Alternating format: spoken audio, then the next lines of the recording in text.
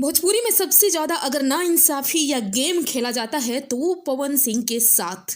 पर फ़र्क ये होता है कि कुछ लोग हर बात पर लाइव आकर रोने लगते हैं और फैंस का सहानुभूति बटोरने की कोशिश करते हैं, लेकिन पवन सिंह कभी भी अपने तकलीफ को आकर फैंस को नहीं दिखाते, ना ही शेयर करते हैं और ना ही बेचारा बनते हैं।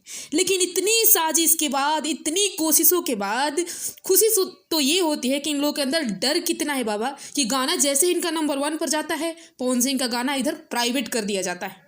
पता है आप लोगों को, जिस दिन सारेगामा ने लाल घाघरा का लिरिक्स वीडियो अपलोड किया था, उसी दिन मुझे लग गया था कि दाल में कुछ काला जरूर है, और वही हुआ।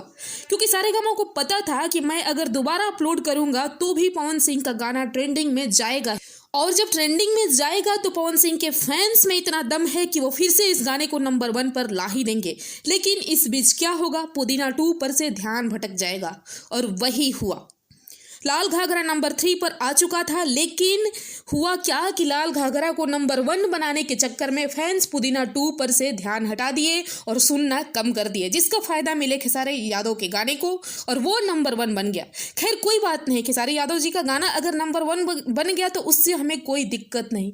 लेकिन इसने सारेगामा ने चुतियापा क्यों किया? इसने पवन सिंह के गाने को डिलीट क्यों कर दिया? अब अगर इस पर आकर खेसारी यादव के फैंस मुझे कुछ कमेंट करते हैं तो उससे पहले ये बताएं कि जब लाल घाघरा नंबर 3 पर आ चुका था तो खेसारी यादव का गाना नंबर 1 पर था, फिर सारेगामा ने अचानक से गाने को प्राइवेट क्यों कर दिया? है इसका जवाब तुम लोगों के पास? और कोई नहीं, और ना ही कुछ गलत मैंने बोला है, यही सच्चाई है। और खेसारी यादव और उनकी टीम का ये गेम प्लान था। अगर अब तक खेसारी यादव के गाने को चुराकर कोई गा दिया होता या ट्रेंडिंग में आए गाने को डिलीट करवा दिया होता तो शायद लाइव आकर वो जरूर रो चुके होते।